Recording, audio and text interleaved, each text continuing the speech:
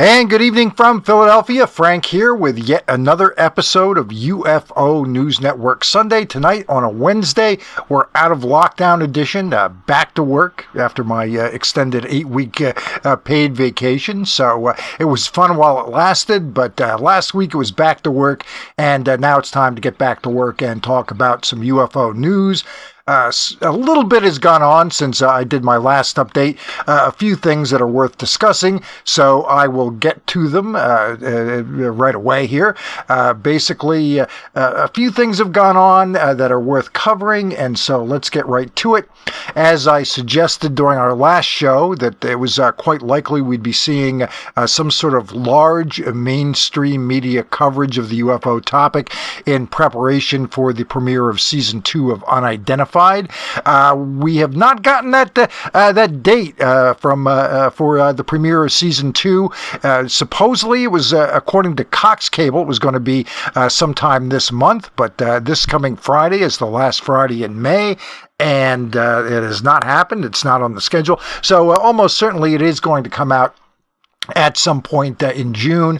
We'll probably see it some Friday or another, maybe next Friday, sometime in June. I'm sure that we'll see it. But we did see the New York Times story, and it came out a couple weeks back. And basically, Navy reports describe encounters with unexplained flying objects. None of these particular cases are especially extraordinary, but what they do reveal is that when these pilots do encounter something that they can't necessarily identify, or something along those lines, that they are in fact written up in reports, flight hazard reports. So basically on April 23rd, 2014, 2 objects were tracked on radar, not communicating, and 2 other relatively small objects were observed at the same time flying at high speed off the coast of Virginia, another report states. The events were said to pose a severe threat to naval aviation.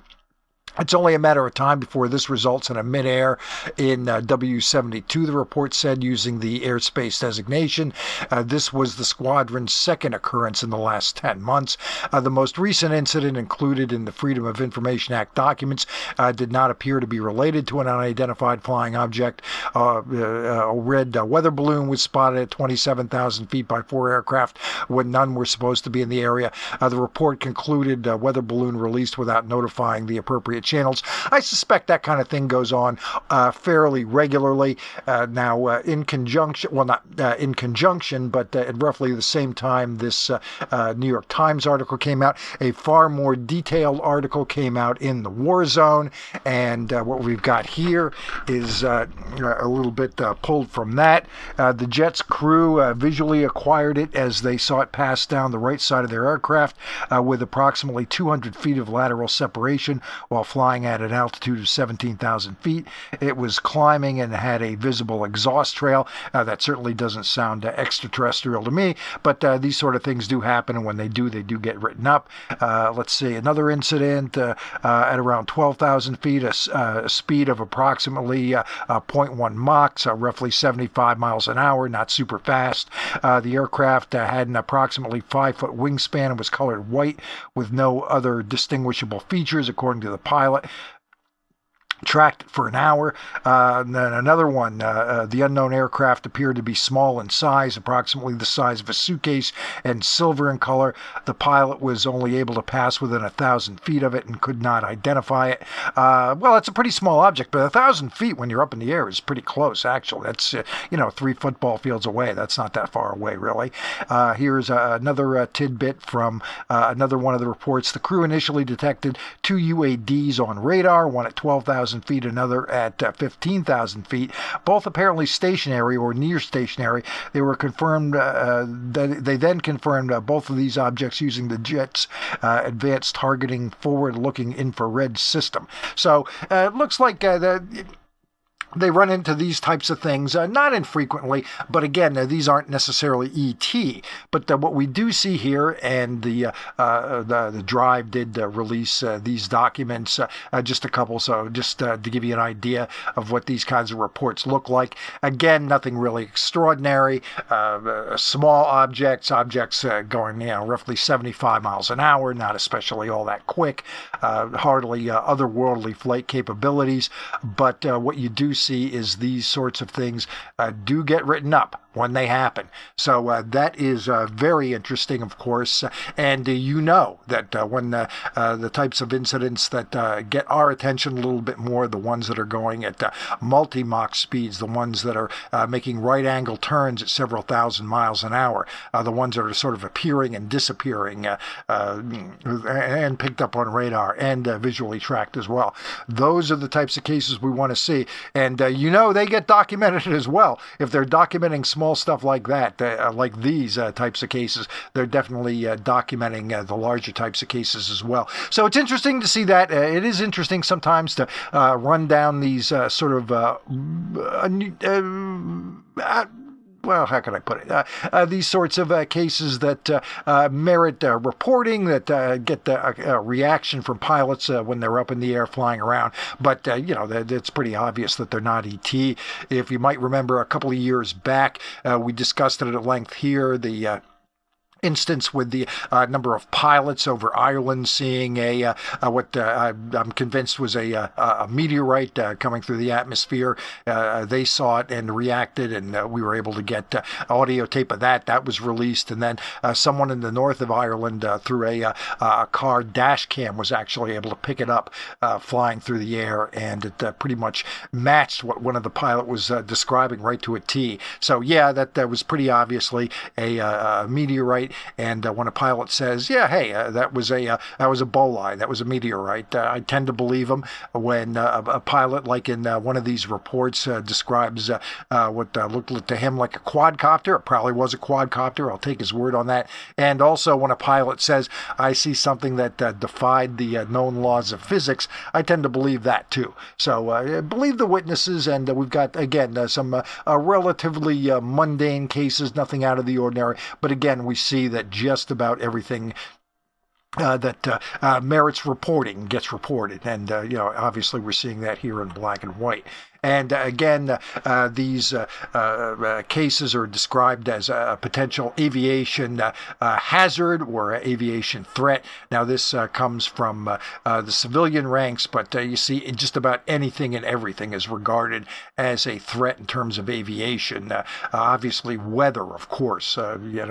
Also, birds are regarded as a threat. Anything that might distract the crew within the cabin when they're trying to fly the plane. That can be regarded as a threat, an interruption, whatever the case may be. And of course, a UFO, by definition, would qualify there. You're looking out the window and you see something extraordinary. You're not paying attention to what you're doing as far as what you need to be doing in terms of flying the plane. So there's that, and that is about as far as I would go in terms of describing UFOs as a threat. Just in the same sense that birds are a threat, weather is a threat, distractions in the cabin are a threat. Yeah, technically, by the very tight standards of aviation, by their definition, yeah, UFOs would be a threat in that standard, but don't see any evidence that the UFOs per se are any kind of widespread existential threat to humanity or national defense or anything along those lines. I'll get into that a little bit more later on, but that's basically the sum up.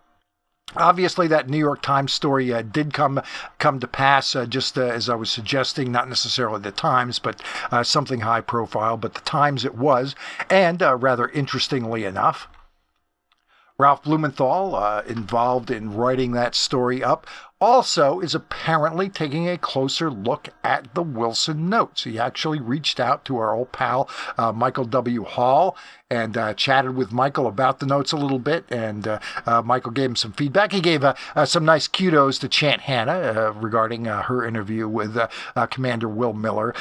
Didn't exactly make the skeptical case that we've been making here for just about a year now regarding these notes, and yeah, basically gave it the pro pro-note spin, which is not exactly fully accurate. I mean, he didn't present Blumenthal with any mistruths, but he also didn't provide any sort of skeptical pushback either. So it wasn't entirely a fair presentation of Blumenthal. I don't know exactly if they're going to follow up on this, if Blumenthal is, or to what extent.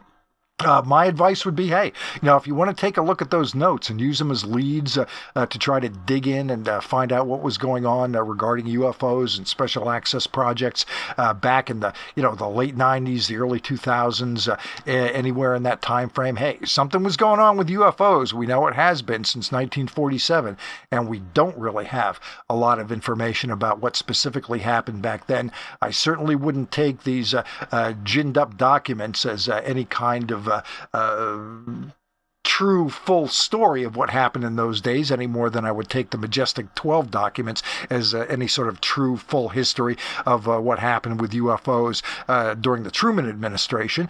But again, they could provide some leads. Some interesting things may come of it. I do just mention again in passing that if it wasn't for those Majestic 12 documents, which I did use for leads and for follow-up when I was relatively new to researching this, I would never have found the meeting in the White House regarding the DC 1952 UFO case, which I wrote up over at the website. You can go take a look at that, ufopartisan.blogspot.com. Go take a look at that, and I make a pretty good argument that that's exactly what that particular meeting was about the 1952 case. So, yeah, I think sometimes this, what I would regard as essentially disinformation, might again provide some leads, because a lot of times this disinformation that's been floated around is pretty well researched. So it's worth it. But what you shouldn't do, in my opinion, what you shouldn't do is take these as fact, that the docs exist, therefore they must be true, which is what I think a lot of the pro-doc people are doing. I think that is unfortunate. I mean, Michael's done it. Certainly, Richard Dolan has done it. Grant Cameron's still doing it. And I do want to bring up a little point regarding a speech that Hal Puthoff gave. We discussed this a couple of news shows back. Chant and I discussed this, where Puthoff was speaking in West Virginia at an event put together by John Peterson. And at that particular event, he gave his presentation, then answered a number of questions. And one of the questions was, of course, about these Wilson notes. And we knew about the speech at the time that Chant and I discussed it, but what we didn't know at that point in time was that basically Puthoff's post-mortem, his description of the event was actually pretty accurate. And I'll explain a little bit. He does his presentation, and then there's a Q&A session. One of the questions is about the Wilson notes. And basically what he does is he repeats the question, because apparently they had some sound system issues at the event. So when he's asked a question, he basically repeats it. And so somebody asks him about the Wilson docs, and he says essentially that the Wilson docs, this is about a meeting that took place between Eric Davis and Admiral Thomas Wilson. So, and also he's asked some other questions where basically he sort of lays out and repeats the question. Now, I've seen the transcript from this particular Q&A session, and that is exactly what happens. Dolan contacts Puthoff directly, and Puthoff explains, yes, all I was really doing was repeating the question. I wasn't confirming anything. I was just repeating the question. And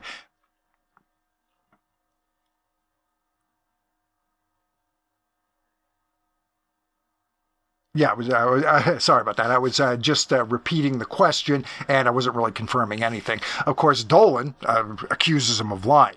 So there's that. What does he base that on? And now I don't hang on every word that Richard Dolan or Grant Cameron say about all this, but I hear enough, and I certainly heard that. He may, after the additional information, the transcripts from the Q&A session came out, he may have, done the right thing and actually apologized for calling the guy a liar when he was nice enough to respond to his question. It's like somebody contacts you with a question about something, you get back to them, you give them the truth, and then they get back, and then they go on their little podcast and call you a liar. So that in my book is not too cool, but that's exactly what Dolan did. Now, I don't know if he's retracted that and apologized for it. He certainly should. And also within the last week, I have heard Grant Cameron say that he confirmed it. He confirmed that these notes are legit. And in fact, that is not what happened. And again, the transcripts, which are available online, pretty well indicate every question he was asked. He basically repeats the question and then answers it. Again, because of some sound system issues. So that is that. And unfortunately, some bad information is getting spun by Dolan and, of course, by Grant on this. That is not what happened at all. He's never done any such thing. He's never confirmed it in that case. But one thing that Grant did mention in this interview that I heard, I guess it was last week now with the holiday and all. I can't remember exactly when I listened to what. But last week, he said quite inaccurately that Puthoff did in fact confirm that the meeting took place. But he also said that these notes are getting confirmed off the record privately to a number of individuals. I don't doubt that that's quite accurate because I've heard enough people have said and responded to me and to other people, oh, they're real. And of course that means, I will tell you from personal experience, that means absolutely nothing. I was involved in some back and forth with a member of TTSA very early on, and was being told, "Oh, that not related to these Wilson notes. This was long before they ever came forward, but it was something else. Oh, this is real. This is going to happen. This is disclosure. This is absolutely going to happen, and we've got this. This is 100%. I believe this off the record, of course. And 2.5 years later, we're still where we were about 2.5 years ago. Maybe know a little bit more about that particular subject, but not a whole lot. So I can tell you that. Don't believe everything that you're told off the record, folks. You're not being let in on this secret important knowledge. That is not what's happening. But it would be interesting to see what Blumenthal turns up if he does decide to dig a little closer, along with Leslie Kean, who a number of years ago, I believe it was like 2008-ish, somewhere in that ballpark, she was the one who actually sort of went public with the original story, not related to the Wilson notes. That's a fairly recent development. But the original Greer, Wilson, Edgar Mitchell, and Will Miller and a number of others briefing meeting in with Admiral Wilson, and that happened. And then, of course, the aftermath, the follow-up by Wilson is part of the story. Apparently, Greer and or Mitchell got wind. Well, they both did eventually. I'm not sure who got it first, but eventually they got wind of this follow-up. They had been told that Wilson did follow up, and that basically the scenario that's laid out within the quote-unquote Wilson notes is confirmed by Wilson in the notes. I mean, that's obviously that's highly questionable, and I'm not 100% sure that what Greer or Mitchell were told was 100% accurate, but they believed it.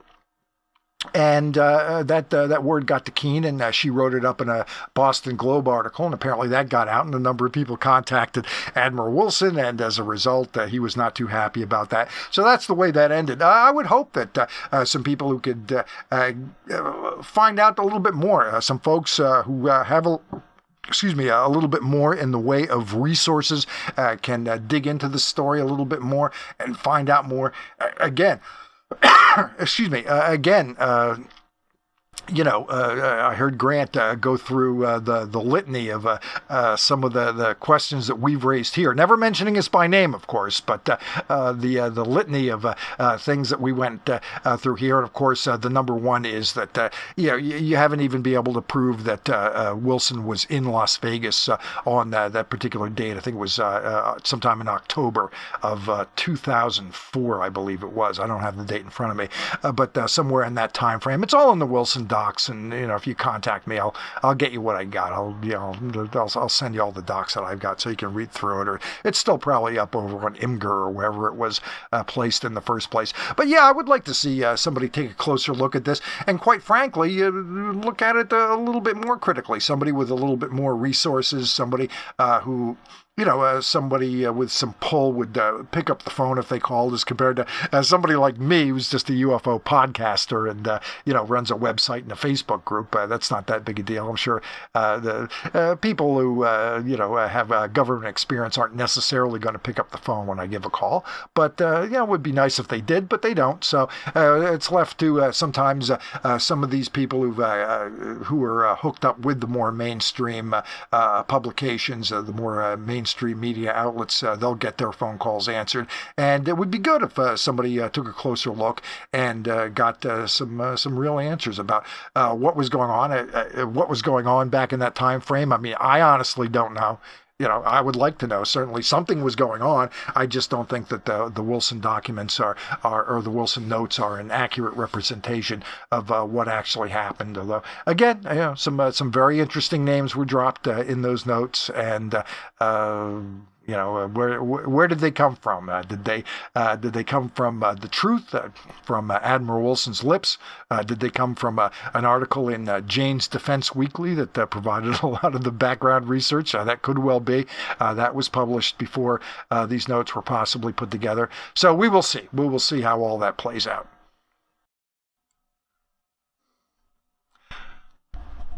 Now, also within the last little bit more than a week, I had the opportunity to watch the third installment of the Steven Greer trilogy.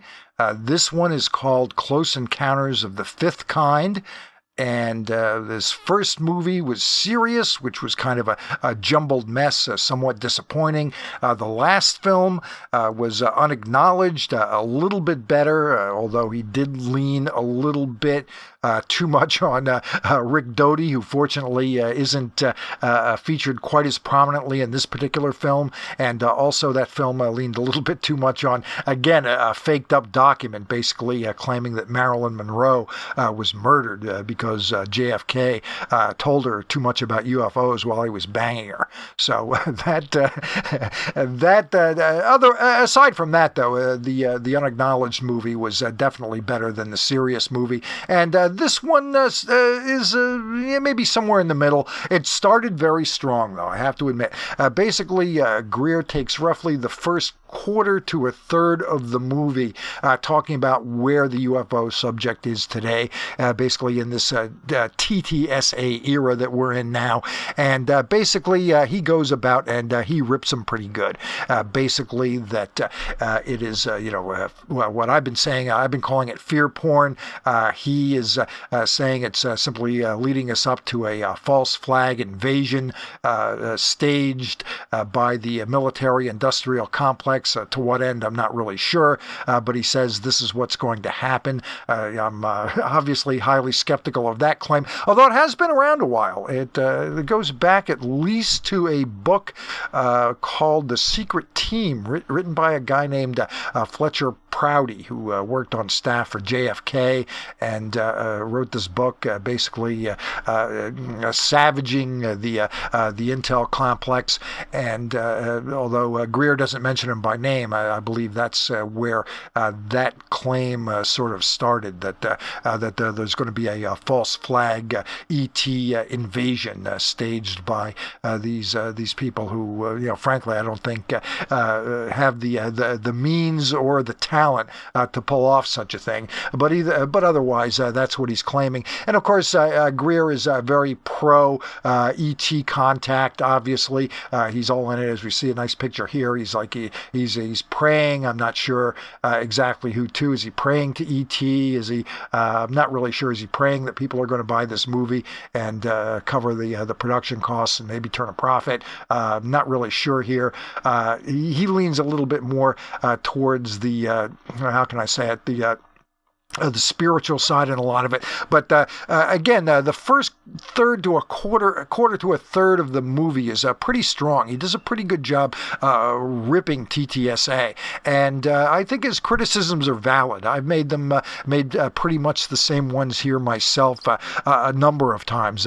It does seem a little odd that I'm more in agreement with Steven Greer than I am with TTSA, since they've gotten a lot done. They've gotten a lot more done over the last couple of years, certainly, than Steven Greer has. He might have had a good run back in the 90s, but he wasn't getting stories in the New York Times and on the various networks and his own TV show. He has been able to sort of self-fund and prepay for a few different movies. That seems to be his model now, and good luck to him. Like I said, he seems to be getting the hang of the filmmaking. He's better at it now. The first one was a misfire for sure, but the last two have certainly been better, certainly worth a look. And again, the strongest part is the first part of the film, where he does really zero in on the TTSA effort and their effort to sort of steer the narrative towards threatening ET, which is again something I think is complete nonsense. Now. He's very strong on this, and not so much because it's him, because we've all seen plenty of Steven Greer. We've also seen plenty of this guy over the years, Daniel Kean, although not nearly as much as Greer. Kean was very effective. He's obviously very anti the military-industrial complex, and he's very articulate. He's very solid, and during that part of the movie, especially leaning particularly on Kean, it's solid. I mean, it's a very solid counterpoint to what TTSA is doing. And again, I think it's the best part of the movie. Now, after that part, it did kind of get sort of a material that I've seen before. Whether this is the right movie for you or not, I guess depends on, how closely you've been following Greer. A lot of this material won't be original. It'll be a little bit redundant and not especially interesting. Again, because, we've seen this before. We've heard this before. Greer's been out there a while, and he's been saying a lot of things. So there's not too much new here for the diehard, but still, that first half hour or so, just on its own, I would say it's worth a look, even to the diehard who knows a lot. Just depends on your point of view. A lot of people throw everything out on Greer. Obviously, we've seen more recently with the Wilson notes, fake as I think that they are, bringing to the fore the fact that Greer was doing some really good work back in the 90s. He did get into the face of James Woolsey, the CIA director. He did get into the face of Thomas Wilson, who was the intelligence chief. I forget his exact title, but he was a top guy in military intelligence back in those days. He did get in those people's faces. He did get a lot together. And since then, he is where he is. But so long as he generally keeps sticking to making these types of films, he's got a valid role in the field. Again, I think that what he presents in the first, 30 to 40 minutes of the movie is a message that's well worth hearing. It makes a nice counterpoint to TTSA. And then as the film goes on, again, he gets into some more well-worn ground, more about consciousness. He does bring in some people it was nice to see, people who have been on this show. He had a lot of video from of different quote-unquote UFO sightings. Obviously, some of them were pretty easy to pick out and figure out what they were. Some others were more interesting. I noticed he had a clip in there from Rob Freeman, who's been on the show. Rob obviously goes out and shoots a lot of video at night, and he's gotten some interesting stuff. But most of it, it looked good. It looked really good on the big screen TV. That's about it. It helped. It helped as far as the visuals go. And you can kind of look at it while you're listening to what's going on and see, well, what is that? Okay, well, those look like Chinese lanterns, and as they go boop, boop, boop, and they each flicker off 1, 2, 3, well, they were probably Chinese lanterns. But there's some other good stuff in there. So that part visually, especially with the curious lights in the sky type videos, it made it more interesting. Not that all those videos, or even most of those videos, or even some of those videos were actual ET spacecraft. But again, it was interesting. Also, Jan Harzen jumped in. He told his famous Ben Rich story regarding corralling Ben at a lecture and asking him about UFOs, and so that anecdote was included in there. But again, the last 2/3 to 3/4 of the film might seem a little redundant, might be kicking over some old ground that you might be familiar with. But if you're less familiar with Greer and his message, this is probably a pretty good movie for you.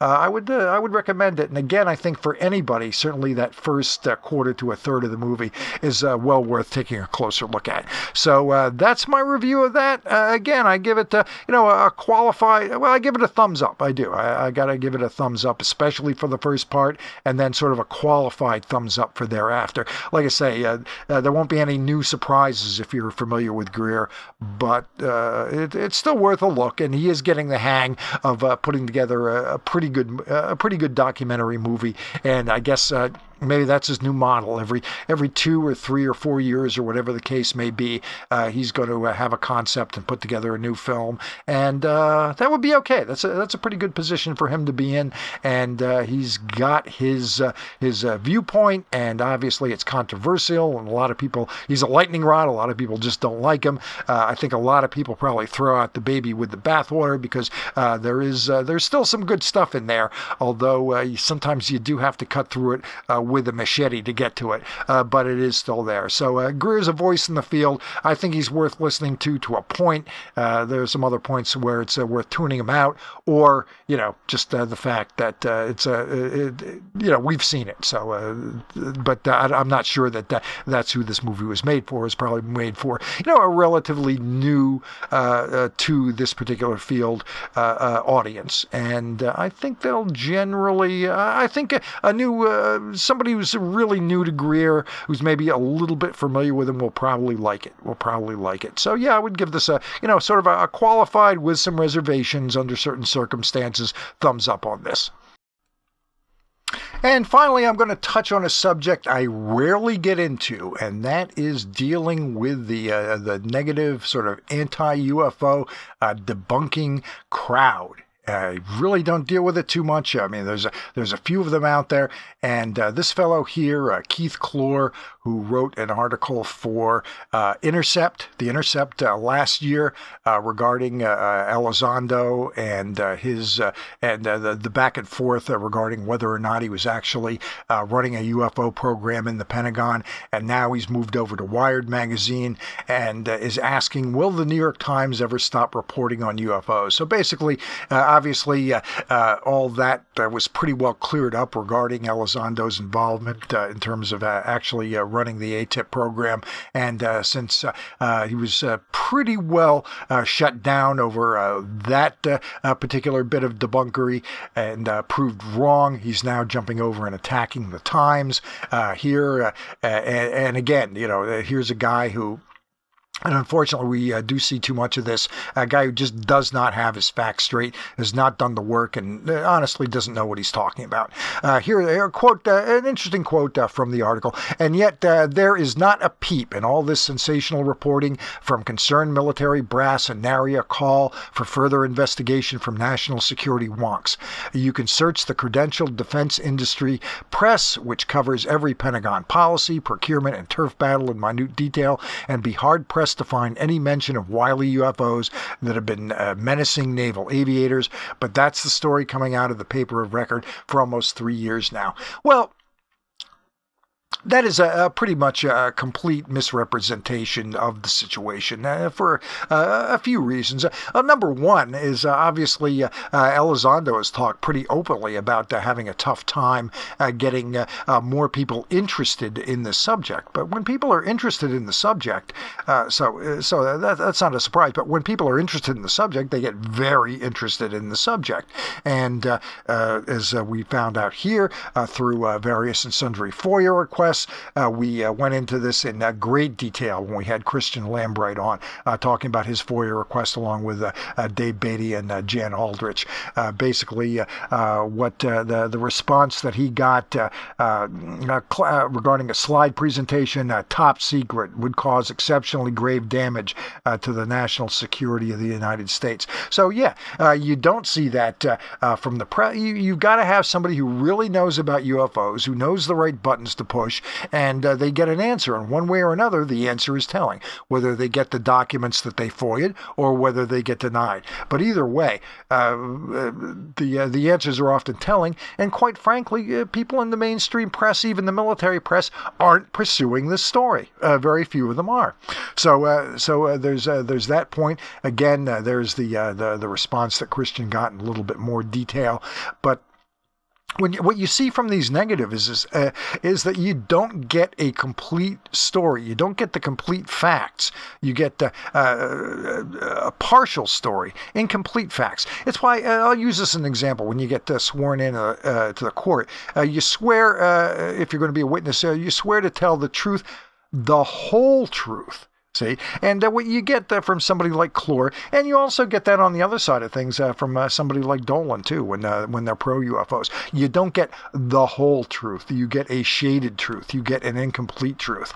Now, this came out, and in fairness to Clore, this didn't come out until right afterwards, until after his story in Wired was published. But here's a response from Sue Gao, I believe is how we would pronounce that name, Pentagon spokesperson. The US Navy and Department of Defense take these reports very seriously and investigate each and every report. Documented reports of sightings by military personnel form the basis for the investigation process.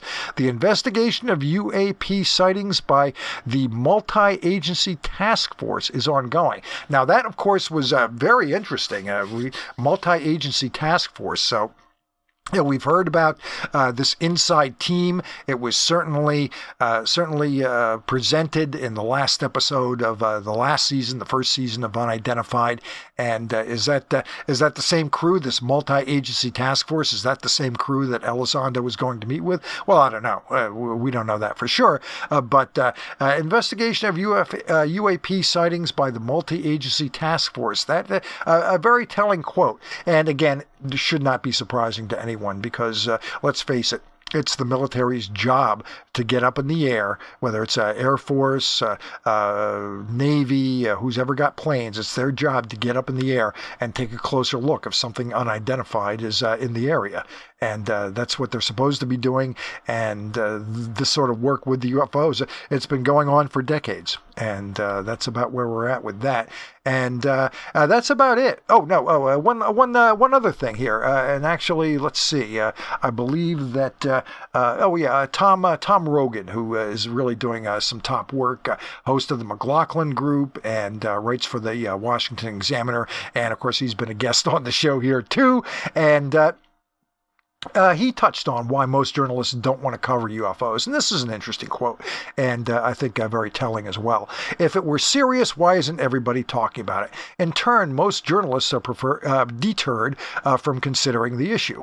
There are two understandable reasons for this. For a start, the UFO phenomenon just seems too weird and too unbelievable. I can respect that.